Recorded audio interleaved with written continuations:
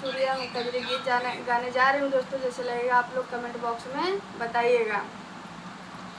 टिकवलिया वलाए पिया बिंदिया होलिया वलाए पिया बिंदिया होलिया वला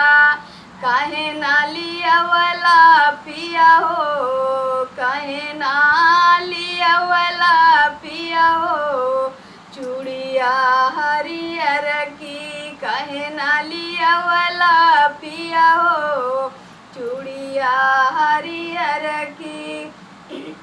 टिकवलिया वाला ये पिया बिंदिया होलिया वाला